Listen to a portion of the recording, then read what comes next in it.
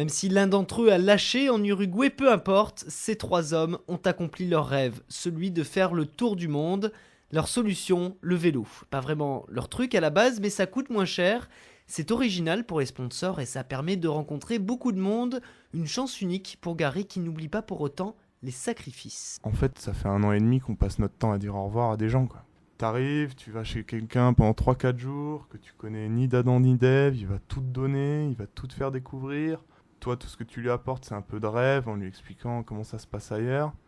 Et puis au bout de 3 4 jours, t'as l'impression d'être chez un mec qui quand même compte pour toi, il faut lui dire au revoir, quoi. Mais au bout du compte, la récompense est omniprésente. Guillaume n'a pas fait l'Asie mais conserve de l'Europe et du Brésil des souvenirs déjà impérissables. La Terre, on la connaît parce qu'on a tous vu des images du Machu Picchu, du Taj Mahal. La différence près, c'est quand on est vraiment face à ces trucs, là on se prend une claque dans la tronche et on se dit, bah ouais, c'est beau quoi.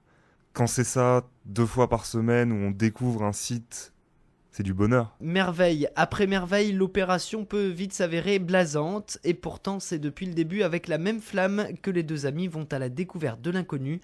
Gary a compris pourquoi. Il faut toujours prendre, emmagasiner le maximum d'expérience et de trucs que tu vois et sans juger, sans se dire ça c'est bien mais ils auraient pu faire comme là-bas, ça aurait été mieux, etc., quoi. Après 15 000 km passés à pédaler et beaucoup d'autres dans divers transports, Guillaume et Gary découvrent une planète loin de tout ce qu'ils avaient pu voir à la télé par exemple. Quand en début de semaine ils se remettront à pédaler, ils retrouveront leurs préoccupations quotidiennes depuis quelques mois. Au jour le jour, c'est de savoir où on va dormir. Et c'est un peu la seule préoccupation pour le moment, c'est le voyage. À essayer de trouver des solutions pour traverser des pays, savoir ce qu'on va aller visiter. Prochaine étape pour les 2 cyclistes, le Suriname, avant de poursuivre dans la direction de l'Amérique centrale, puis les États-Unis, et enfin finir en douceur sur le vieux continent en passant par la Grande-Bretagne.